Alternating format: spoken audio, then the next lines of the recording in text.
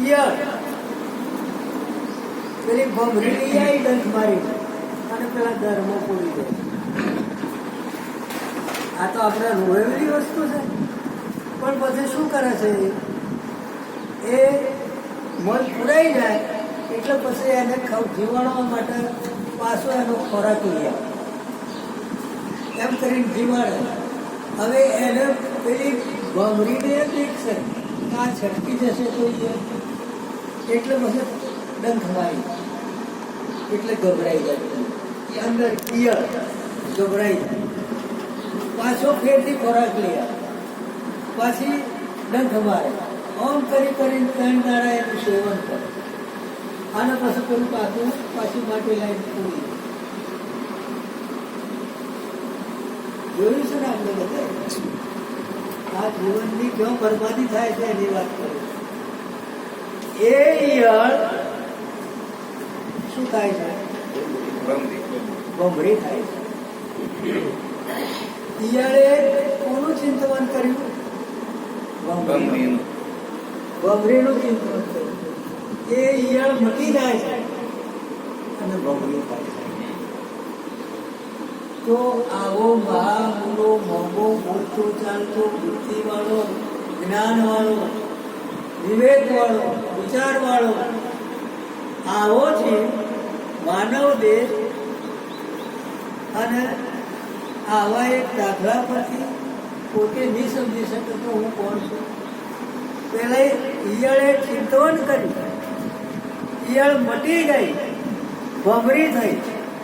આપણે આ ચિંતન કરીએ ગુરુ તત્વનું તો પરમાત્મા ના થાય. ગુરુ તત્વનું જો ચિંતન કરીએ આપણે, ના મારા ગુરુ સિવાય કાંઈ નથી, મારો ગુરુ હું મને મનુષ્ય અવતાર મળ્યો છે, આવો પવિત્ર દેહ, મારામાં મન બુદ્ધિ ચિત્ત, હું જ્ઞાનનો ભંડાર છું, આવો રૂપાળો છું, હું સમાજમાં આવો છું, આ પ્રતિષ્ઠાવાળો છું, મારા ગુરુના જ્ઞાન થકી મારી ઓળખ કરવી છે. હું જીવ નથી, આ જીવ નથી, જીવ મટીને મારે શિવ થવું છે. બસ બોય પકડવું છે. અને બોય પકડાઈ નથી કે ચોટ લાગી નથી. જેમ પેલી ઈયળને ચોટ લાગી એમ અને એની ભમરી થઈ ગઈ એમ આપણે જો હાથ પકડી લઈશું, ડંખ એમનો ખમી લઈશું ગુરુ તત્વનો, તો તમે બરબાદ કરશો. તમે પોતે જ બરબાદ કરશો. પણ આ મોહ અને માયા અને મમતા એમાં જે ફસાઈ જાય છે એને ઘણી વાર આવા અમારે આ ગામમાં અમે પહેલો પ્રસંગ કરવા આ ભાઈ અમૃતભાઈ 3 વર્ષથી એ મારી જોડે આવતો. મેં એની ખૂબ કસોટી કરી, ભાઈ આ તું નહીં કરી શકે, આ તું નહીં બેઠી શકે. ના સાહેબ મારે કરી, મારાઓને જોવાનું, મારા જોવાનું. પછી મેં એને પાકો ગળા જેવો, પાકા ગળાના કોઠા જેવો જોયો. પછી બી આવા મહાપુરુષોનો સંગ કરાવ્યો. અને આજે એ ગુરુ તત્વ શું છે